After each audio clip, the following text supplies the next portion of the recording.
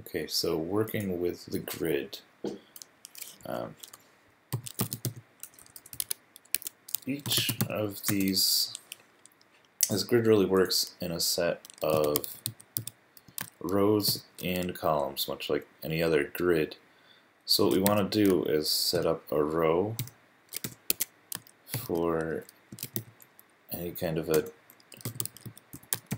box or area that's going to take up a row to start that, and then we'll start a column that'll take up the full width. We're just going to move this hello world right up here.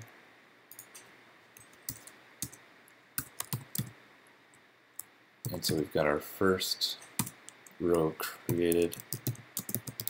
I'm going to create another right here. Kind of show off how it breaks up.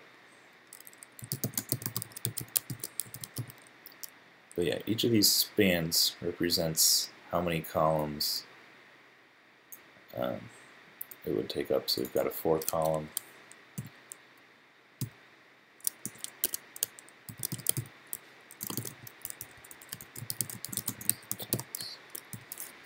I'll just repeat that a couple times.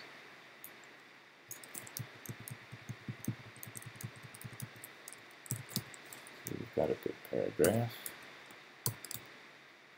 And so for this row, I'm going to make it into a 3 column row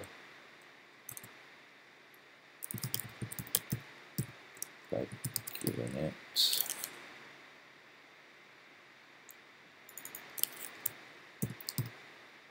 a 3 column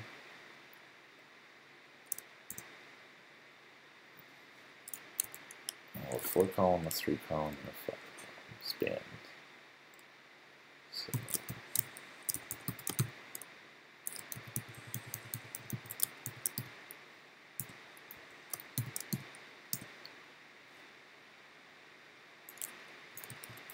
we'll do the same thing here.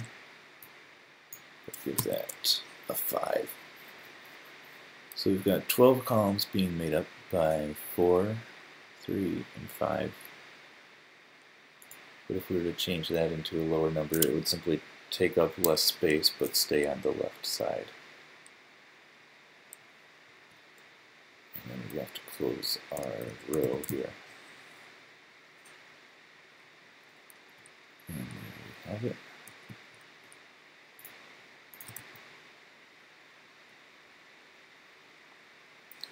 So we've got 1 column that's being taken up here. We've got our 4 column here, 3 columns being taken up here, and 5 here, just like we have laid out in this row. If for some reason I wanted to close out this row, all of a sudden now this gets stuck down onto the next section down, so into the next row. And really the reason it's sticking out like that is because it should be stuck in a row as well if we want it to be handled in that kind of a way.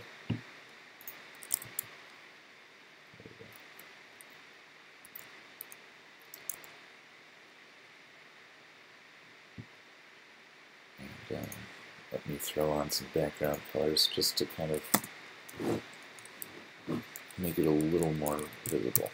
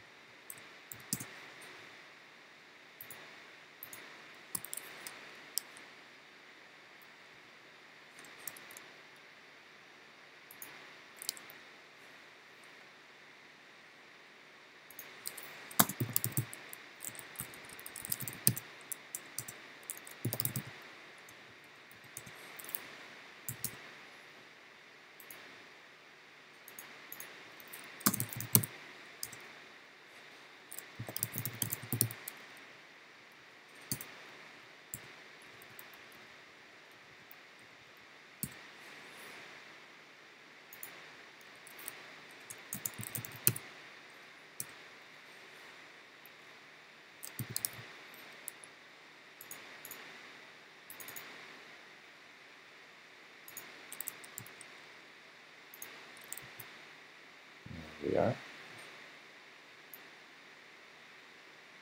And you see they do the stack just like we talked about in the previous video.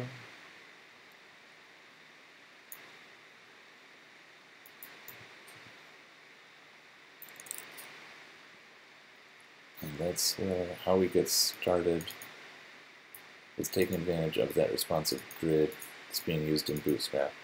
Everything kind of beyond that is kind of just like any other time you're working with HTML and CSS.